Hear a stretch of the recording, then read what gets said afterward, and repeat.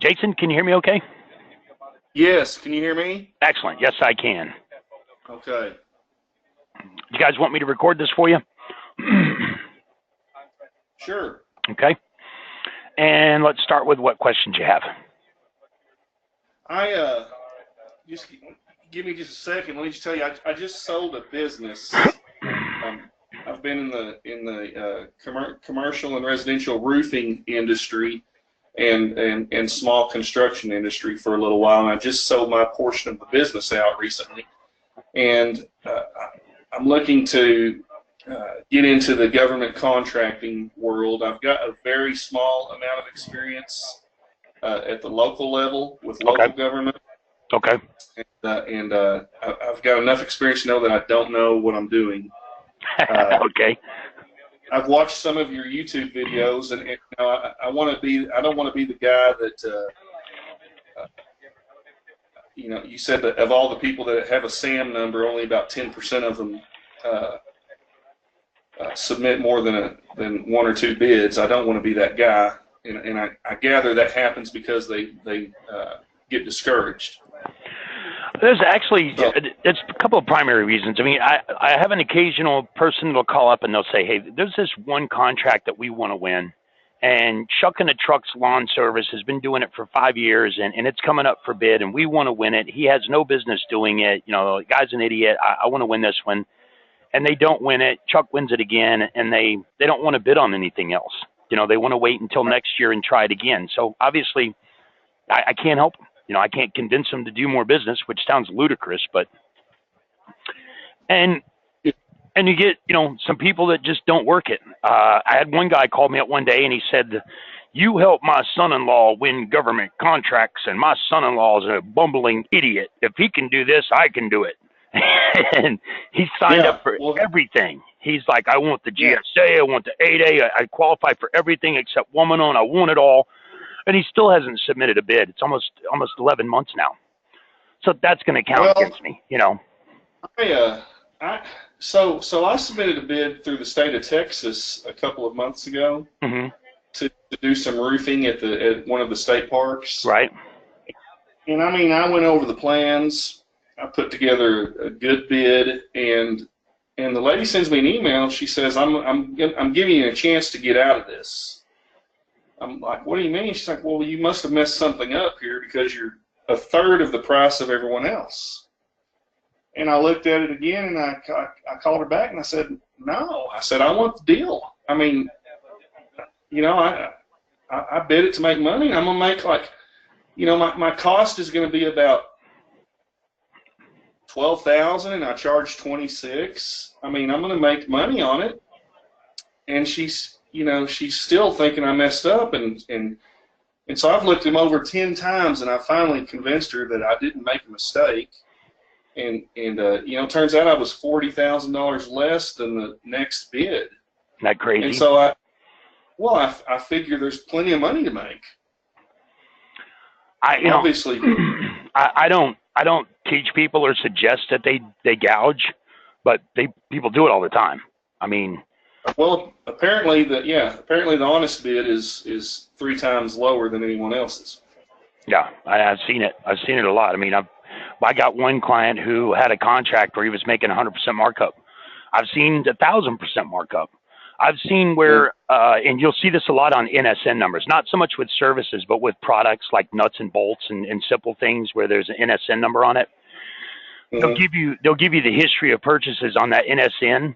And it never makes sense. It'll be like, usually if people buy more, you give them a better price. But I've seen where they bought 100 NSNs for $100 a piece, and they bought 300 at $500 a piece. I'm like, you're supposed to give them a discount break, but it's just the opposite. It really is, you know, it's in the eye of the beholder. It depends on what the purchasing agent thinks is a fair deal. And if 3 people submit the same, you know, roughly same amount of bid, then they're going to assume that's a fair price, and they're going to hire them and not realize that they're getting raked over the coals. Right. You know, but it's also not their money. Yeah. It's easier when you're spending somebody else's money. Right. I got a SAM number. Okay. Well, I say that. I think it's being processed. I had to verify something. But I think I had to verify. I got an email a couple days ago said that your EIN checked out. What I guess they're processing it obviously. So I've got that, and that's the only thing I've done thus far. I'm a veteran, so I want to have a WOSB certification, but I haven't finished that yet. My assistant was working on that, and she quit. Okay. And then so I ran out of time to finish, so I've got to reapply for that. And then I went down to the Veterans Administration, and they encouraged me to apply for a disability. Because I do have a PTSD diagnosis in my service file. Okay. So they encourage me to do that and maybe get a little more opportunity from that angle. But that's really all I've done. Well, I mean, you're on the right path. As far as certifications are concerned, you're a veteran. Number one, for me personally, thank you for serving this country. I have the utmost respect. You'll hear me say this every time. I have the utmost respect for any man and woman that served this country in any fashion, military, police, firemen, medics. But you guys don't get the respect you deserve. Is what I'm saying. Well, I appreciate that. I never saw any action. Doesn't matter. People sometimes ask me, if I saw any action, and I tell them I saw it at the E Club. Exactly. Yeah, that doesn't matter at all. I mean, I got in a few schedules at the E Club, but that was it. I can tell you from a veteran who was a tunnel rat in Nam who saw plenty of action, and he told me some stories that were just mind-boggling. But he had just as much respect for my best friend who never even went to the front line. He barely made it out of what do you call it? Basic training. But he still had just as much respect for him as he did for somebody who was seeing major action. Tunnel rat, this guy's crawling in there. Said he came out one day carrying his leg, got blown off. You had to bring it back to camp with him. But it's the sacrifice of men and women like you that give me the freedom to do what I do, and I love my freedom, so thank you. Having said that, as a veteran, you get set-asides that are far more important than minority and women. Did you know that? No, I didn't. Your veteran I've seen contracts that you could bid on, as being a veteran. Well, as a small business, you get 23% set aside. That's obviously the largest, but veterans, minority, women, and 8As all get 5%. But look at how many competitors the women have compared to veterans. Right. Look at how many competitors the minorities. There's 60,000, 62,000 minorities sharing that 5%. There's less than 40,000 veterans sharing theirs. Right. And as a service disabled veteran, you're getting another 3% on top of that with 16,000. Now, if you're in a hub zone and you qualify for 8A, that's even bigger because there's, again, less competition. Right. Now, you said you sold your portion of the business. Are you thinking of starting a new one, or have you already started a new one? I did start it. It's started on paper. I filed a corporation, and then I got it chartered with the state of Texas, and I've started, setting up the banking account for it, and then I set up the, started working on the SAM number. That's all I've done. Okay.